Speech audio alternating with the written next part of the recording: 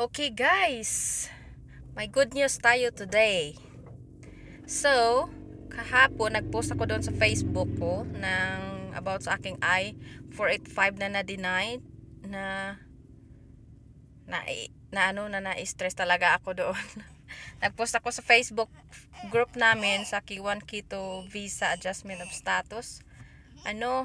Pag-post ko doon, meron doon na nag-comment. Ang daming na nag-comment at salamat nga pala sa mga na nag-comment doon na nag-suggest sa akin na ito gawin, ganyan.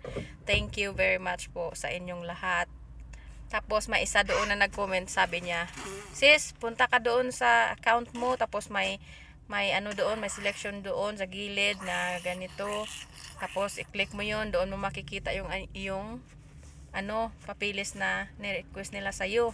So, tinry ko nga, hindi siya makita sa cellphone. Pag cellphone gamit mo, hindi siya makita. Pero, inopen ko siya sa laptop ko. Nakita ko siya, guys. Tapos, yung ni-request nila sa akin is yung aking vaccination exam. Kasi, expired yung aking vaccination galing Pilipinas, guys. So, kailangan nila ng bago. So, yun pala yung ni-request nila sa akin na initial evidence. At ngayon, okay na ako kasi ay, saglit lang po guys. Ito yung anak ko. Gusto yung iPad niya daw. Ni-request nila sa akin yun yung physical. Naghanap ako guys ng naghanap ako ng yung immigration surgeon doctor.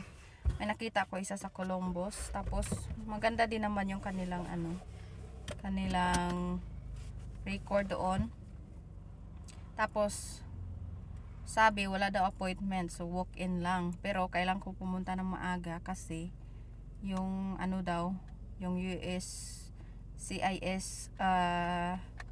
immigration surgeon doctor, pag nag-exam daw medyo matagal. Tapos close sila 4 o'clock, maaga pa sila nagko-close. So, kailangan ko talagang pumunta ng maaga. So, yan lang po for today.